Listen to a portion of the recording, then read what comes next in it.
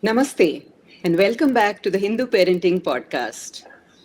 Let me begin with a simple question. Have you ever noticed that the same food that nourished you growing up in India sometimes feels different when you eat it abroad? The vegetables may look the same, yet somehow they taste different. Or perhaps you've experienced that strange feeling of eating what appears to be Indian food and yet something feels missing. You finish the meal, but you're not truly satisfied. In Hindu tradition, food has never been merely fuel or calories. Food is memory and sanskar. Food is identity. Food connects us to family, community, place, and ultimately to dharma itself. When our relationship with food changes, there can be a deeper shift taking place, one that affects not only our bodies, but also our minds, habits, and sense of belonging. For Hindu families raising children outside India and for urban Indian families becoming increasingly disconnected from traditional wisdom, this question becomes especially important. How do we preserve the wisdom of our food traditions while navigating a completely different food environment? Today, we are exploring this fascinating intersection of food, identity, culture, and health. I'm delighted to be joined by Neha Shah, founder of Diaspora Nutrition, an initiative dedicated to helping Indians in the United States stay healthy without giving up the wisdom embedded in their cultural food traditions. Neha, welcome to the Hindu Parenting Podcast. Namaste Rekha ji. Thank you so much for having me. I'm looking forward for this awesome conversation with you. Thank you, Neha. It's awesome to be having this conversation with you today. I'd love to begin with your story. What led you to create Diaspora Nutrition? Was there a personal moment, a realization, or a turning point when you discovered that something wasn't quite working for you and that there was a larger issue affecting many Indians living abroad?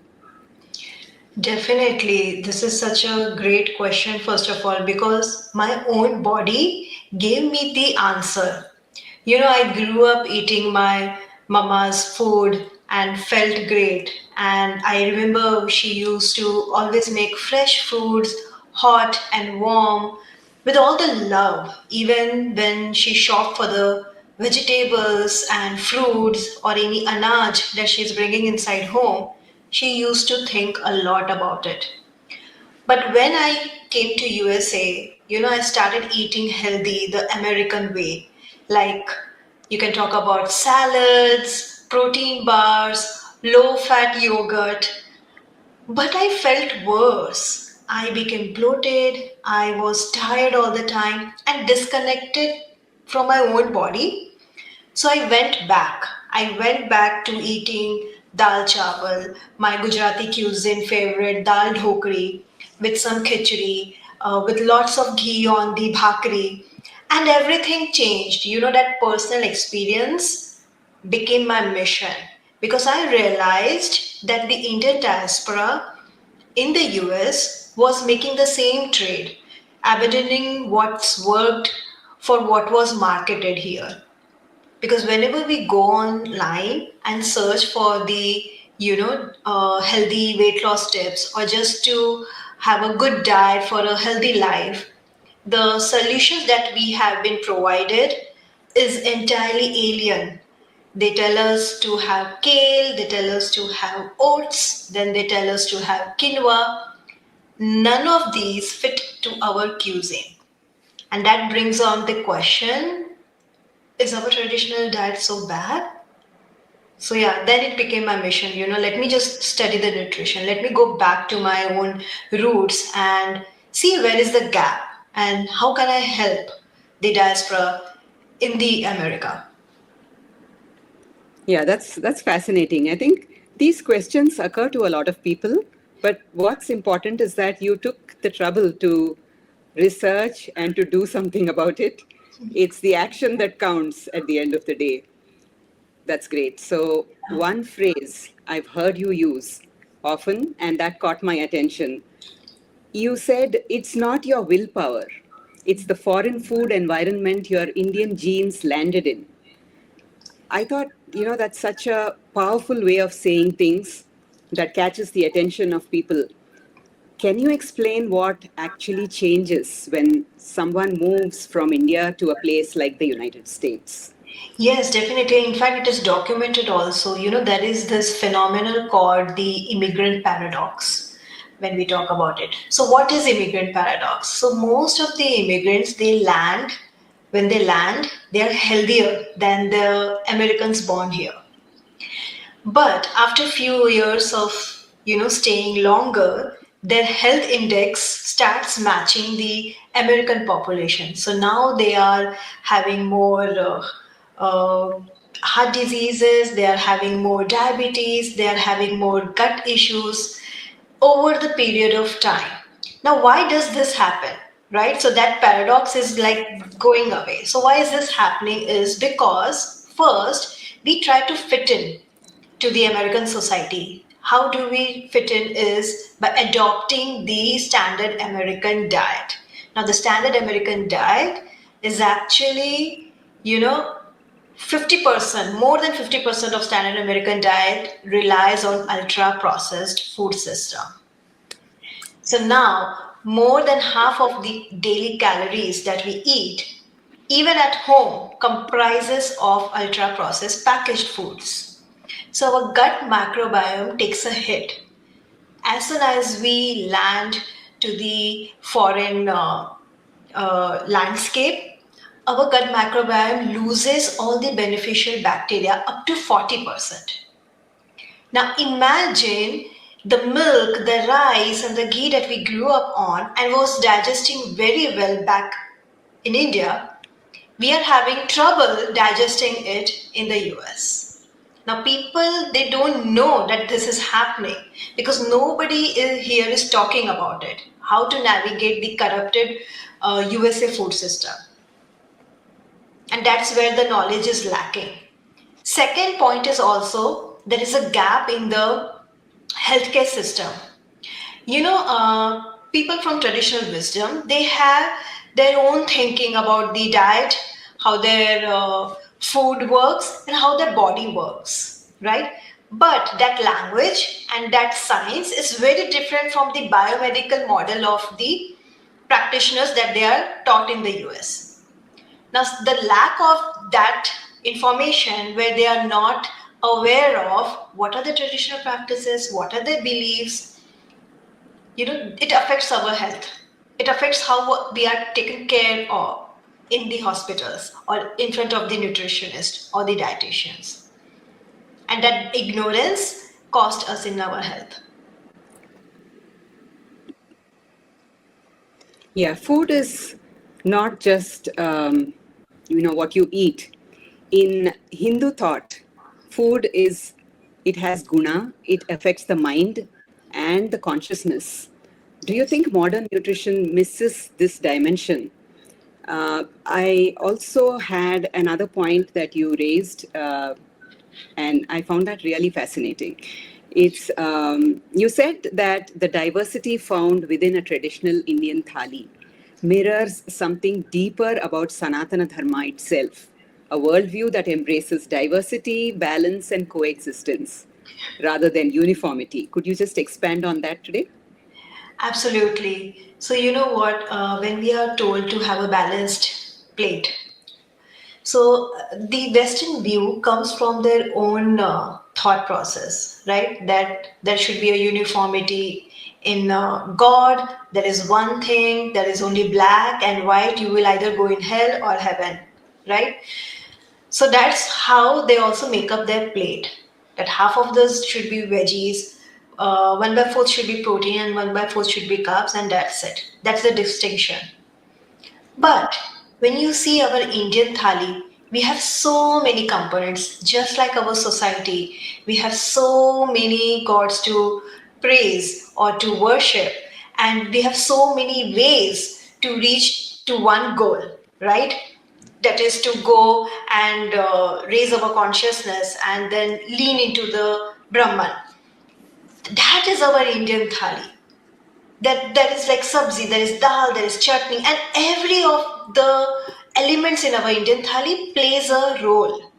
Not one is superior than other. Neither a small chutney is inferior than the roti that we are having in our thali. That's the beauty. And that diversity is exactly what feeds our microbiome. Now, today science is catching up. They are telling, hey, you know what? You should have 45 colored plants per week. And they have started counting it. We don't need to. We have that diversity all along.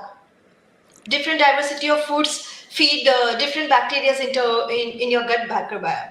But now, our parents did not have this language of modern science to prove it. It was very much well ingrained in our upbringing because we come from the Vedic civilization.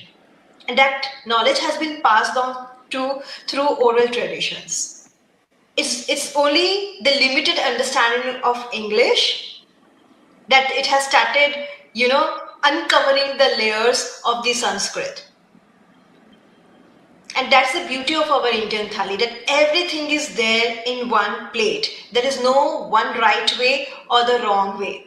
The goal is to bring every element to include the diversity, whether it is animal based, whether it is plant based, it is there in your thali. Trust me. And when you cook like it, when you combine in that way, like your grain has to go with the dal, right? Your dal has to, your lunch has to end up with the chas, which is called buttermilk, which is naturally probiotic also and cools down your body. Today you have such a high inflammation. So all these elements were very intelligently done by the ladies of the house, and they were just passed down through the oral traditions. In praise of the underappreciated thali. And the thali is also something we look forward to when we are traveling. It Yes. meets all the things, all our needs, and we just Oh, feel so yes. good when we have a thali, whether at home or outside. We feel so satisfied, So right? satisfied. Yeah, so that It's obvious that satisfaction it's is a the main thing. right, and it's obvious that it's a balanced meal. You get a little of everything that you need, and finish off with the chas or curd or buttermilk. Yes, yes, and you also raised a very good point that you know how it is related to the consciousness also, because in our Vedic traditions we have this phrase where it is called Annamayam hi manaha, right? It means the mind is made up of food, right? Every element has its gross part, which is the physical aspect, and has its subtlest part, right, which creates the mind, our thoughts. So it's always in a circle. It's a circle of life. Your mind feeds how you eat, and how you eat affects your mind, right? And True. today even the modern science is telling that all the ADHD, the depression, the anxiety, everything is dependent on your nutrition, your food. And when I say food, food or fuel doesn't mean just the nutrition of the plate. Fuel is also the information that we are feeding ourselves, right? So whether it's so much of media, so much of social media platforms, so much of news, or so much of high music or action movies, or the ghost movies, thriller movies that we watch in the night time, everything affects. That's a fuel to our body and mind, and that is also the Interestingly, same effect, yeah, as yeah. food. Interestingly, we just did a podcast on Garbha Samskar, Wow. and this was brought out by the guest that ahara includes everything that goes into your senses, your taste, through Exactly. your ears, eyes, everything comes under ahara. And this thought has also percolated down into practical everyday wisdom. I've heard people say, Jaisa ann vaisa man. Huh. So you see that, the common person knows this wisdom. Yes, So yes, and even here now in USA, I hear from a lot of experts, in nutrition field that they are telling what you eat is what you become, or what you digest is what you become, what you are. it all starts with the gut health, as people are finding out. We'll come back to the gut health question later, Of course. but just we'll take a moment to make this sort of practical, and imagine a Hindu family, an Indian family, walking into a typical American grocery store.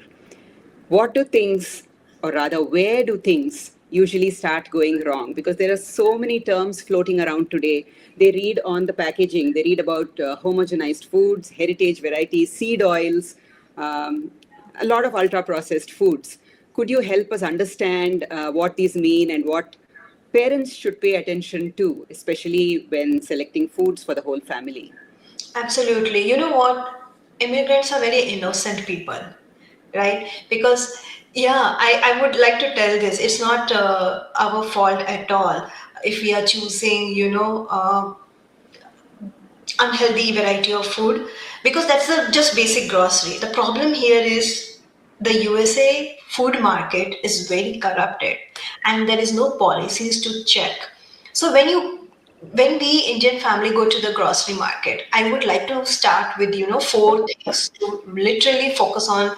First four things that we use daily in our kitchen. Okay, so let's start with the atta, because we have roti every day. So the atta that you are buying must be of an heritage variety. Even if it is written chakki wala atta on the packet, you have to cross verify. Go to their website, see for the information that are they really stone grinding it or just plainly written it, printed it on the labels. So it's better to source it from the local farmers. Even if it is from India, get it from a single farmer. Even if it is from Mhm. USA, get it from the local farmers, because wheat is grown here also and stone milled here also. The farmers are aware. So get a freshly stone grinded atta. Second problem is with the ghee. Most people think that they are having real ghee, but no. Mhm. Immigrants have lost the touch of what authentic ghee is. There, it's strange when the elders or their parents or in-laws come to the US. They tell them this is not real ghee, but they are like, "What to do, ma? This is the only option that is available here." So I can understand that pain. But let me tell you, there are many small businesses who have come up, and even after COVID, the importance of real food, authentic food, has spread worldwide, right? And people are now looking and questioning each and everything. Third point is also, the people just buy random butter sticks and melt it and call it ghee. They follow the food bloggers who do this, shortcut method. That is not ghee. So ghee has to be authentic, coming from the Vedic sources. If it is not made up like that, it's not ghee. You have to be very serious about it, because it is the most important superfood. It is the actual superfood. It is the fats that will not make you fat at all, that will help your brain nourished, your eyes brighter, your skin will glow, your gut will improve, your digestion will improve, your mental health will also improve. So ghee is so important in our daily life. So if you don't be serious and about the ghee sourcing, then you are doing it all wrong. The whole base of your Indian thali will break down, right? So the second was ghee. Third is the oil. Here you get a lot of vegetable oils like canola oil, you have sunflower oil, then you have soya bean oil, you have safflower oil. All these are ultra refined oils. What do you mean by now ultra refined? Right? Not everything that is refined is bad, but ultra refinement is processed in such a way, in such a high heat, that the molecules of those oils are very sensitive. They break down, they oxidize quickly, they become rancid inside the bodies when they are exposed to high temperature cooking. Now we know that Indian cooking is meant for high temperature cooking. We are not like roasting and sauteing things and eating, Mhm. right? So the oil has to be high quality. Just stick to your traditional cooking oils, whether it's gingerly oil, whether it's coconut oil, whether it's sesame oil, whether it's peanut oil, and even mustard oil during winters. Stick to cold pressed, wood pressed, which we say kachi ghani, or in English language we can also call it as bull driven or wood pressed. If you stick to those oils, you are good to go, just like your mothers used to use. Now, the fourth and final part will be, dairy. We all know that in Indian homes, dairy plays an important role because from dairy, from milk itself, everything comes, whether it's dahi, whether it's paneer, whether it's ghee, whether it's butter. So buying milk is very important. It is so funny that in US there are n number variety of milk and everything is so confusing. The most important thing is that they are coming in the Tetra Pak. It's ultra pasteurized. It's homogenized. Now those kind of milk they create digestive issues in our bodies. Secondly, we don't know from where it is coming. What is the cow breed used? We don't know. What are they fed? We don't know. So reading the labels for the milk is so important. Now, how to understand the purity of the milk is not to buy from a brand. Don't get it from a big store. Don't get it from a big brand. No. Go and find the local farmers who get the fresh milk, which is non-pasteurized and non-homogenized. But then don't do the mistake of what Americans do. They just drink the raw milk as it is from the fridge. No. You need to apply the Indian intelligence, which you have. You need to boil it at home. You need to spice it well with dry ginger powder, which is called saunt, cardamom, which is called elaichi, kesar, and then drink it warm. That's the way you drink the milk without creating mucus or any digestive issues. Then from the same milk you will create homemade dahi. Then from the same milk you can have your paneer, and all the whey water is called whey protein. You can use it in your dal, you can use to knead the roti dough, anything, or in the soups.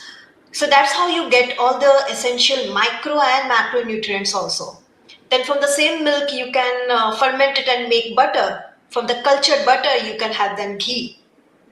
So this chain of dairy foods is so important. So getting your dairy right here is extremely important to build your and maintain your health. There's a lot of talk about A2 milk these days. So, what's your take on that? What is A2 milk, and is that like a surefire thing? Should people just go and look for A2 milk and think that, that solves all your problems?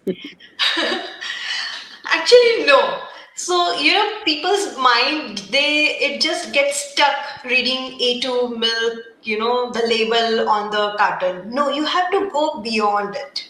Okay, A2 is important, I understand, because it's a certain type of amino acid chain, protein chain found inside the cow's milk, which has been proven to be, easy in digestibility. But is that it? No, you have to see how the cows are being brought up. Are they industrially farmed or are they ethically farmed? A2 milk coming from the cows living in unhygienic conditions, crammed up, eating genetically modified corn and soy feed is useless. Is again going to give all the, it's going to ruin your health, right? So A2, again, just A2 is not enough. You have to look if it is grass fed. Are they being fed grass often or not? And even if supplemental feeds are there, during winters or when the cow is sick, what is the supplemental feed? Here in US, the supplemental feed is mostly genetically modified corn and soy. So you need to check with your farmer. Know your farmer, you will know your milk how it is, right? So it should be grass fed. The cows should be happy. They should be given their own natural diet. And only then A2 will make sense. Speaking of industrialization, now that you mentioned the term industrialization, you've described that on your website as the elephant in the room when discussing modern food. What's interesting is that concerns about industrialized food aren't limited to the immigrant communities. Yeah. Many small American farmers have been raising similar concerns for years. Could you shed some light on what industrialization is and how it has changed our food supply, and why does that matter to both farmers and consumers? Fantastic question.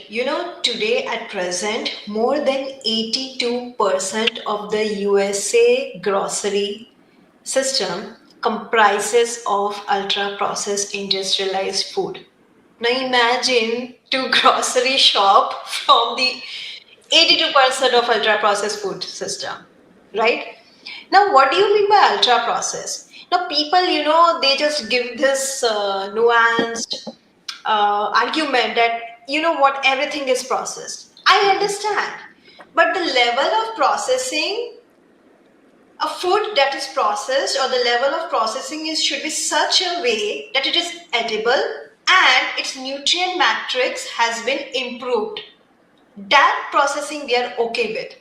Just like when the seeds are crushed, they are processed to make the oil, right?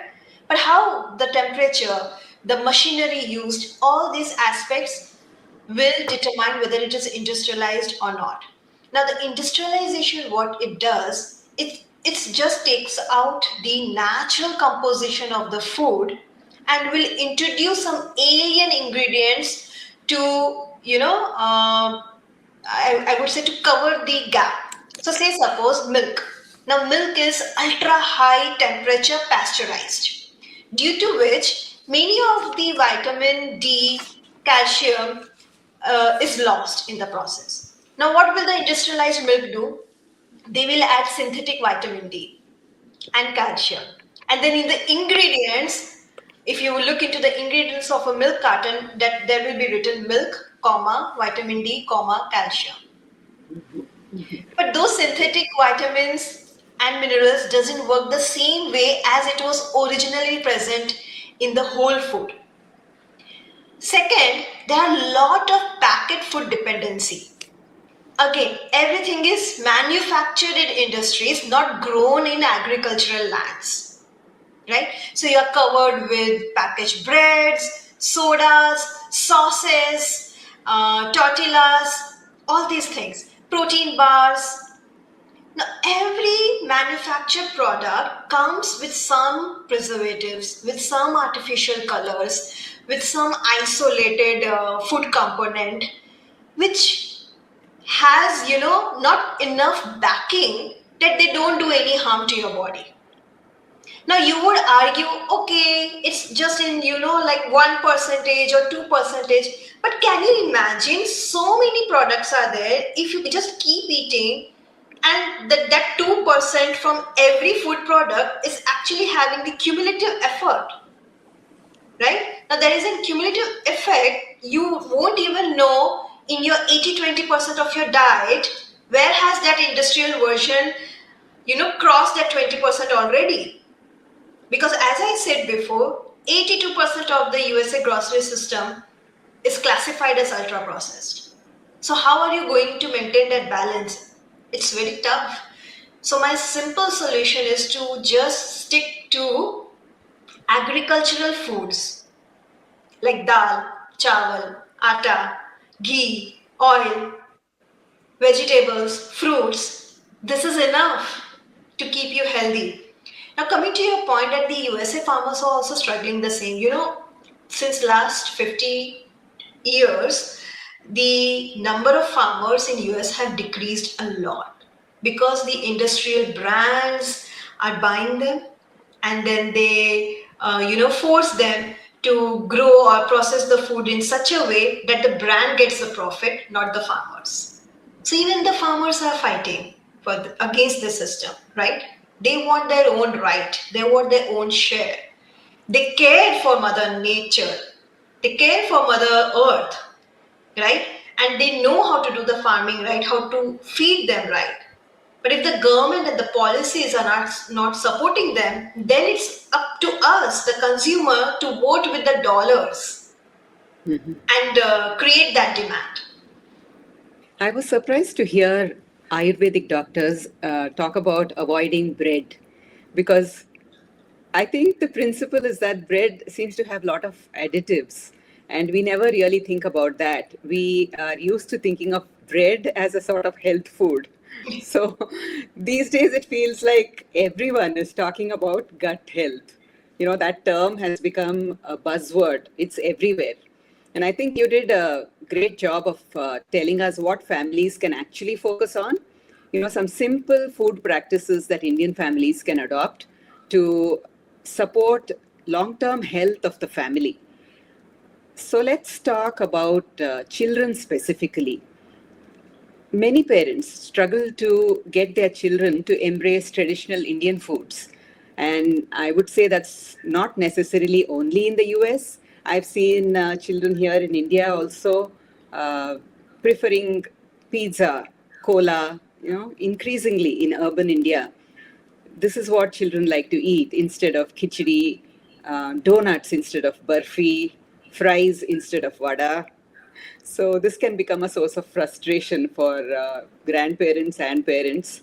Um, what do we do about this? Do you have any suggestions to help bridge that gap and help families cultivate a positive relationship between children and cultural foods? Yes, definitely. It comes down to the parents. How much time are they taking to feed them their own cultural meals? Now, that comes from the parents itself, right? If they are only thinking that no, Indian food is like full of ghee and fried things and carbs, if your thinking is in such a way, how are you going to pass on the good knowledge to the kids? So, here, I would like to tell you one thing. When you cook the Indian meals, your cultural meals, at your dinner, at your lunch, and give to your kids, share a story behind it. Have that cultural pride.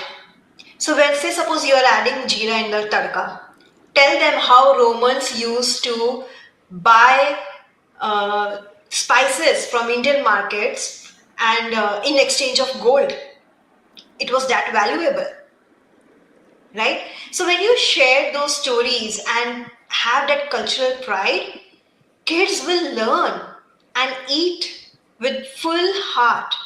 If you just say that you are eating this because it's healthy, they are not going to accept it, right? And share all the news also, that how the ultra processed foods are creating havoc in their health, because they are so curious, they want to know everything and they understand that. Take time, especially during weekends. So what people do is that when the weekends come, they kind of, become so lazy and laid back because they have done so much of hard work in the weekdays, in the office, for the small business owner, anything, right? That in the weekends they become like, I don't want to cook more, right? Instead, the weekend should be the days where you can actually go inside the kitchen and prepare one cultural meal from your family background, and all of the family together can eat it, because during weekdays everybody is busy in their classes, in their jobs, in the kids classes are there, the school is there. So I understand there is a crunch of time, but in weekend, whole of the family should come together and cook one cultural meal and share the story behind it. Any story, whether it's about your grandparents, your ancestors, or Indian history, you should share, and that's how kids will also connect. Pizza and toffees and donuts, they will anyways get it when they are going in birthday parties. There is no way out. But nobody will be there to teach them about their own cultural food. Especially also, the school projects that come. Like, you know what, you have to create a project, write 5 words about your favorite food. Don't let them write about pizza or donut. Tell them to choose one Indian food item, your cultural meal item, and talk about it. That's how you inculcate the values. And when they see you enjoying every bit of it, they'll love it. That's what I have done with my own kids. Like, I have 2 kids, and we every Saturday, Sunday, we have our cultural meals. In fact, we have during the weekdays too. But Saturday, Sundays, lunches especially is non-negotiable. And we dish the dining table also. We sit down, cross our feet, we eat with our hands, and share the stories. We laugh together, everything, so that they are rooted to the ground. They are rooted to their own, traditional wisdom that they belong to, and there is nothing to shy about. There are a lot of scientific evidences now, talking about our own practices, how it is healthy for our brain, our overall gut, everything. Share that and let them see how it's been, done in daily life without any effort. They'll love it, they'll connect with it. And when they grow up as adults, everything will come back. I love how you brought in storytelling because storytelling is the way to connect to kids. Give the context, give the history, give the story, give something interesting that they can relate to. Point number one. The second point, of course, model it yourself. Because I see that there's often a silent assumption among immigrants that becoming healthy in the West requires abandoning traditional ways of eating. It's almost, modern health and ancestral wisdom are somehow in conflict. So I'm so glad that you've given us practical suggestions to help bridge that gap and, highlight the strengths that we have in our own indigenous food traditions. And I think along the way, you've also busted the myth that Indian diets are very poor and they have no protein and it's totally carb heavy. I think it's what you make of it. You can always have a balanced meal with your traditional foods. And Yes. I think that's the key, isn't it? Yeah, actually, there are two things. People are now fixated the way the West sees nutrition. They see everything in numbers and labels. Like, Yes. so they will have a watch to tell them how good you are sleeping. They will have a calorie counter to see how many calories you are eating. They will have a macro tracker to find out what are the macros that you're eating. So it's everything about labels and numbers. So it's such a reductionism practice to look at food. But Indians, we don't label the foods like that. So again, the Vedic philosophy comes.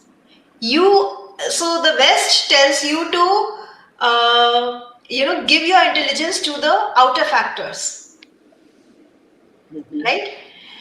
But it is your inner thing that should decide how good you are, right? So instead of blaming the outer factors or seeing the validation of outer numbers, अपने अंदर झांक के देखो, see the inside. So in food, what is in the inside? Your digestive fire, your digestive power. So when you break down foods with your strong digestive fire, you will get all the protein, carb, vitamin B12, vitamin D, everything that you can ever think of. You don't have to fixate on the numbers or on the labels at all. You need to stick to the traditional combination of the foods your daddy and your mama was cooking at. You need to source it properly so that you're not buying the ultra processed version of the same food. And then you need to sit down calmly with the nervous system regulated, do some deep breathing before you eat with your hands, eat without distraction.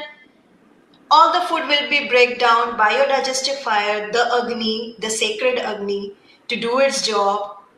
And from there, all the downstream activities that needs to happen, that is, transportation of nutrients or uh, building up of your tissues, some hormones that has to be released to do its job, everything will come in place because the first process that should happen is through the Agni, that is a transformation of the food into tissues and organs and digestive enzymes and hormone release, everything. So that is the key concept that we need to look into rather than fixating on the Western lens of looking into the nutrition through labels and numbers. Don't outsource your intelligence to the, outer gadgets. Look into your own inside. Strengthen your digestive fire, and you are in the good hands. Your body already knows what to do. It's not fighting against you, it is with you. There are some things we are learning today. It's not so much what you eat as how well your body is able to absorb what you eat. And I think that's exactly what you've been mentioning. Because we Yes. get so fixated on, am I getting enough protein? But we don't ever think about, is my body able to understand, absorb the 50 grams of protein that I'm eating? Or you might have 200 grams of protein, but if your body is absorbing 20 grams, then there's something going wrong, and that's not the solution. So, this is a great point. Um, there's also a story about yourself that I'd like you to tell our audience about how you started counting calories while you were in the US, and you had this epiphany suddenly that I don't want to live like this. So please tell that to our viewers too. Sure. Oh my God. So after I gave birth to my second kid here in the US, I was looking to, lose my post-pregnancy weight because I was also getting very weaker. I was having pains and everything. But when you go out in the internet to find the solution, and this is the first time I'm ever looking for any diet solution. I have never done any dieting in my whole entire life. So now, when you go and search on the internet or go and look for some coaches on Instagram, the first thing that they tell is to count the calories. You should know how many calories you are eating and how much you are burning, right? So it kind of became a transactional process that I'm allowed to eat this much, and if I have eaten more, then I should burn out this much, right? And it was so funny that I had this, My Fitness Pal app downloaded in my phone, and I'm like going crazy because our Indian food, unlike Western food, doesn't come in one category. Dal is both protein and carbs. Milk has all the three: protein, carbs, and fats, right? So, in which pocket should I put the food into? It was so, I would like to tell like it was harming my mental health.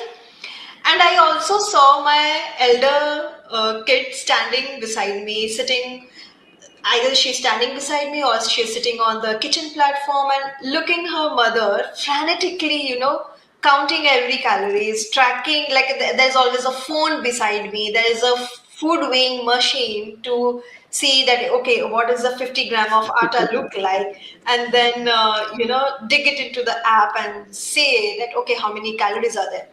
And when I saw her face, something triggered. There was this aha moment. I just pushed it away. I said, what am I doing?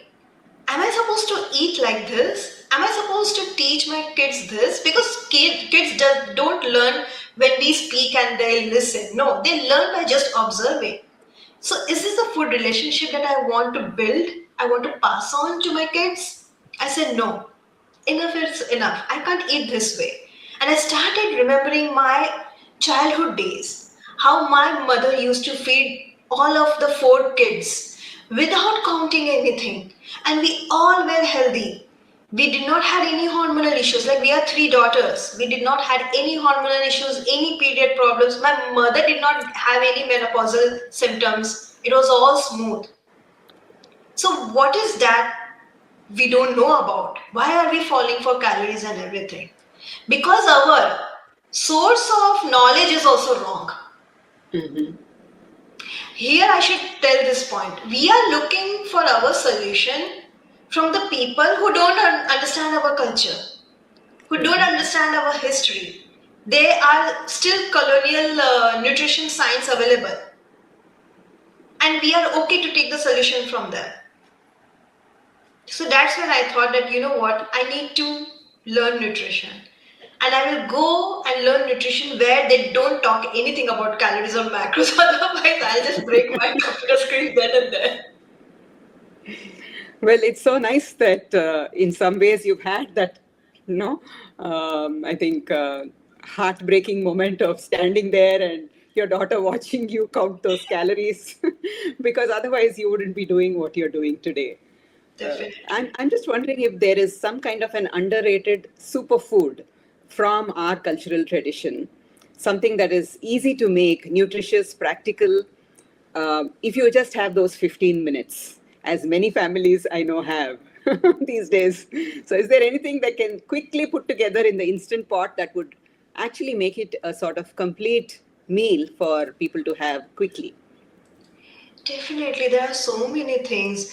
You know, as simple as that, you can have curd rice. It doesn't need any instant pot, right? You can just grate raw vegetables like carrot and what do you call dudhi, what do you call lauki, right? Sorry. So you Okay. can just grate beetroot, carrots, lauki, I think mix it's it called all. bottle gourd. Yeah, Loki, yeah. bottle gourd, right. And then you can mix your dahi with some heritage variety of rice. You can take red rice or black rice and do the tempering, and that's it. It's ready. This is as simple meal that you can have. Second is you can have dal chawal sabzi. Hmm. That is also enough, right? You can have two rotis with some uh, even if you cannot have any dal, you can also make curry with your roti and a sabzi.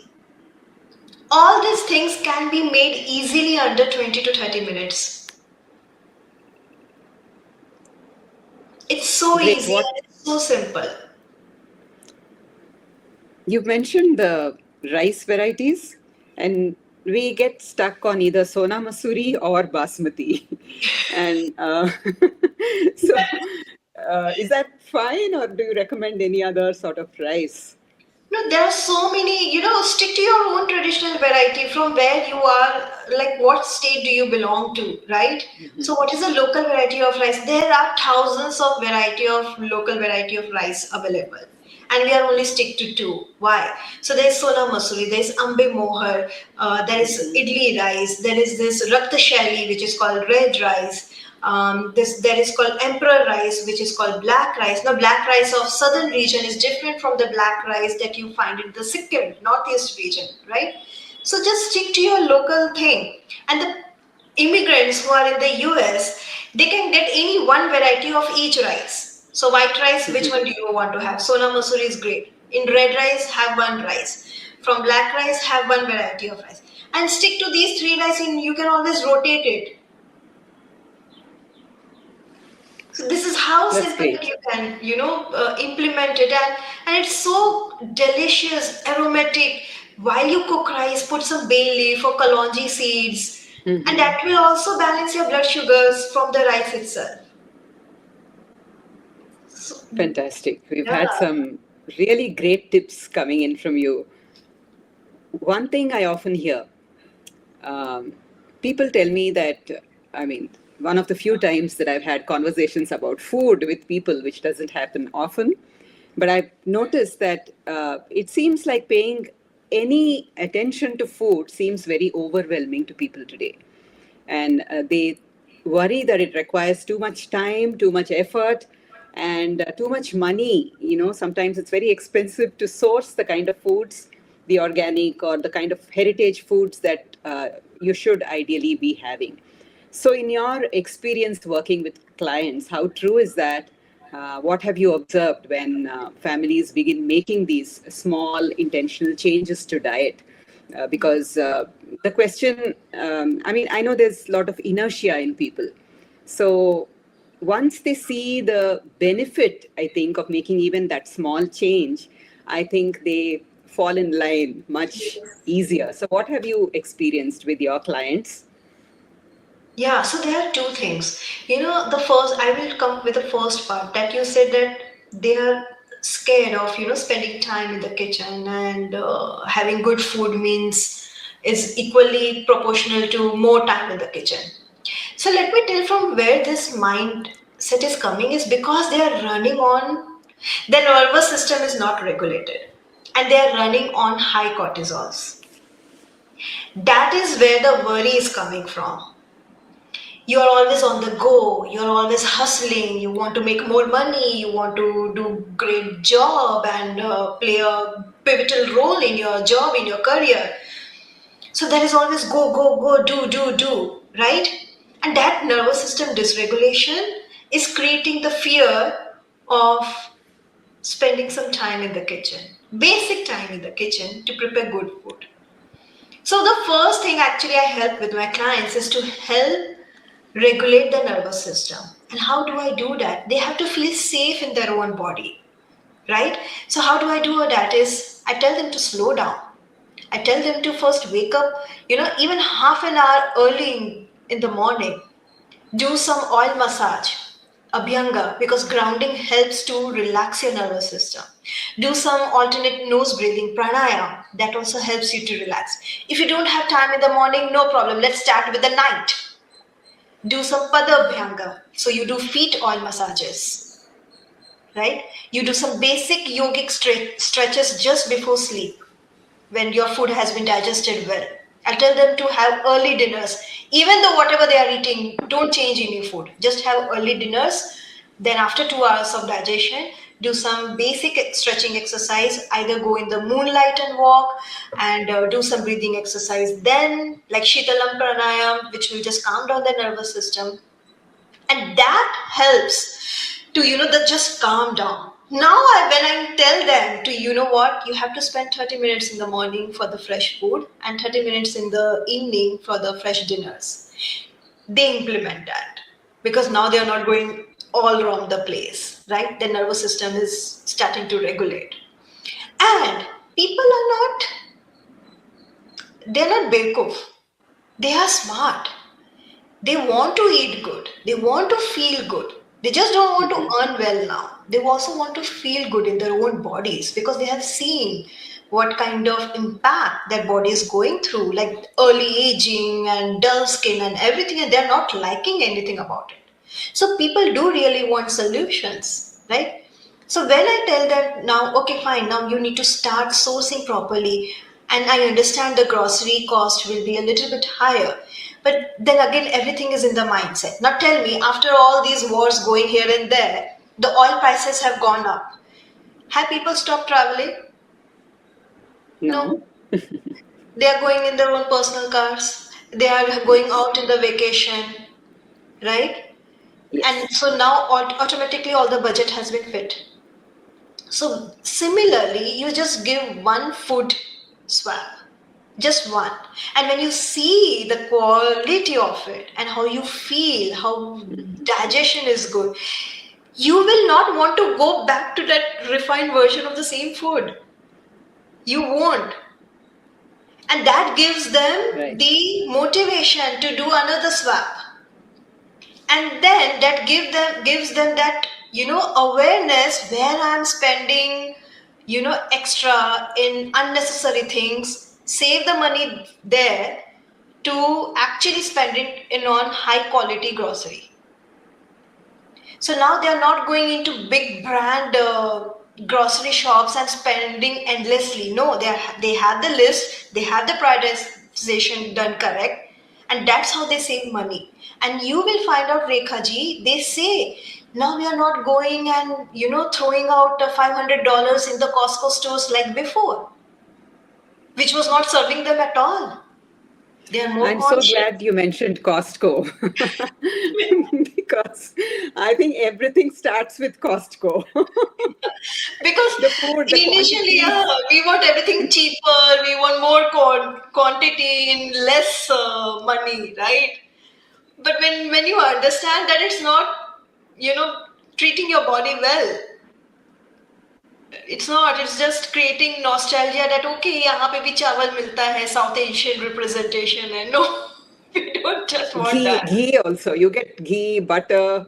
You get He, everything these days. Ghee is has become quite popular in the US. yes, and you will, it's so interesting. I don't remember the brand name, but I won't even tell the brand name. But so the brand name is Indian.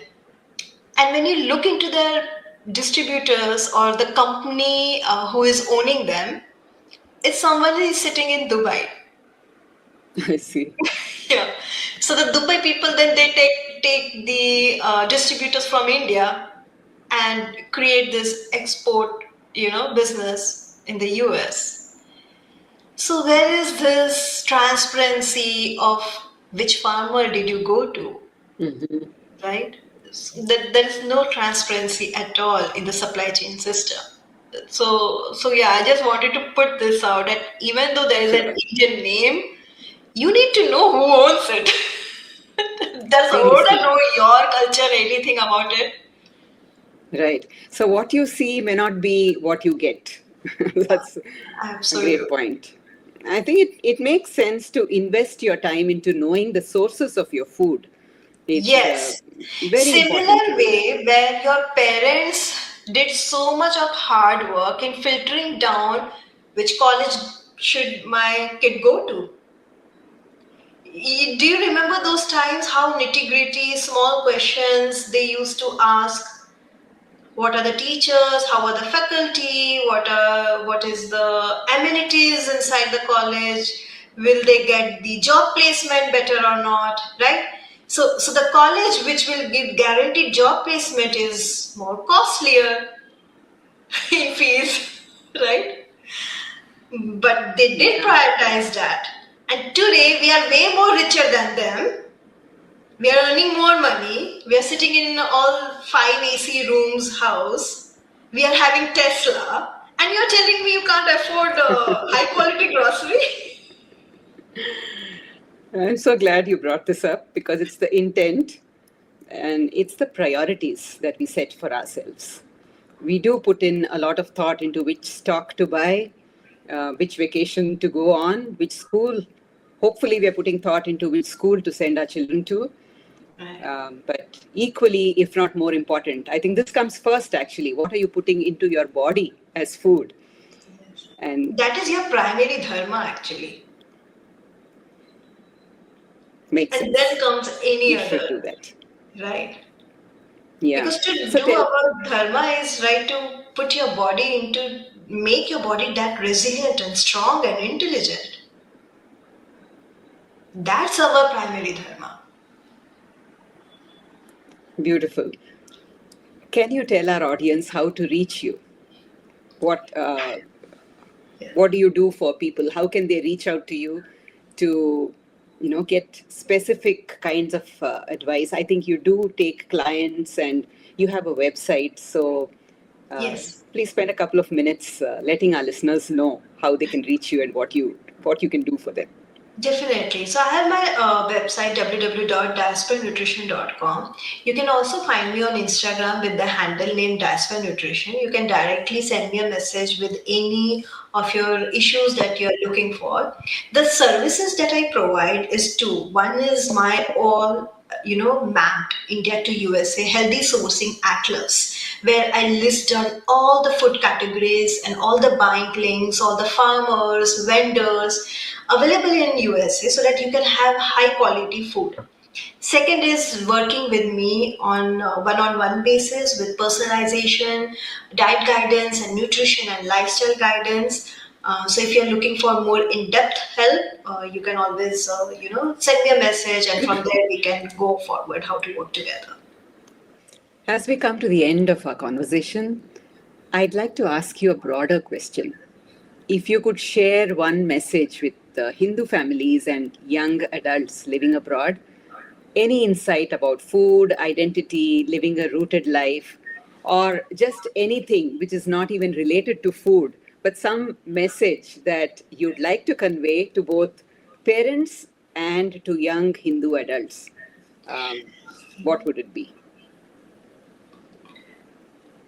If you have any questions about your own culture, about your own identity, go and seek knowledge, because knowledge is the ultimate weapon. There are a lot of people out in the world who will try to pull you down in your own culture.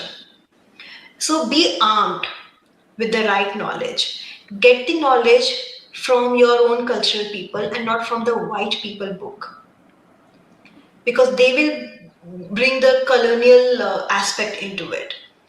So you have to come out from the colonialism, whether it's in education, whether it's in nutrition. And that can be only done when you seek the right knowledge by reading about it, by studying about it, Even the adults can start studying. When you study, the kids will also start studying because they are observing you.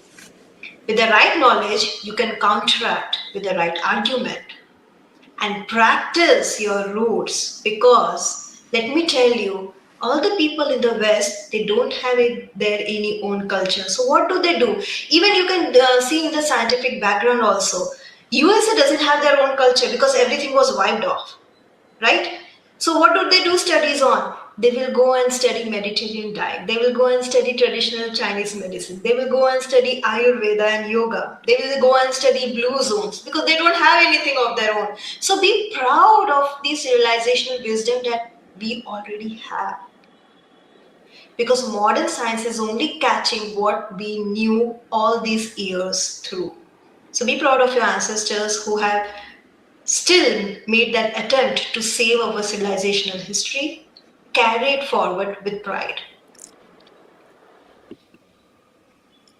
That's such a great point to end on. So optimistic and so full of advice that I think is very much necessary today. What I keep telling people is we have ancestry dating back to thousands of years that we can still trace and track. And new countries such as US, they feel pride in something that is 50 years old, 70 years old. Not that they shouldn't feel pride, but when you compare it with the neglect that we are treating a 1,000-year-old or 10,000-year-old heritage with, it is something to think about. So I'm so happy to end on that note. Neha, thank you so much for joining us today. What I find especially meaningful about this conversation is the reminder that food is never merely about nutrients or calorie counting on a label. Food carries stories, memory, and culture. And for many of us, it carries a living connection to our ancestors and our dharmic traditions. Perhaps the goal isn't to choose between modern life and traditional wisdom. Perhaps the goal is to understand our traditions deeply enough that we can carry their essence wherever we go. Absolutely. Thank you, Rekhaji. Thank you so much for having me. Thank you, Nehaji. To our listeners, thank you for joining us on the Hindu Parenting Podcast. If you enjoyed this episode, please share it with a friend, family member, or fellow parent who may benefit from this conversation. To be featured on our podcast or to share your story, reach out to us at contact@hinduparenting.org. Follow us on Instagram or X and visit our website hinduparenting.org. Until next time, may we continue raising children who are healthy, confident, and deeply rooted in who they are. Namaste.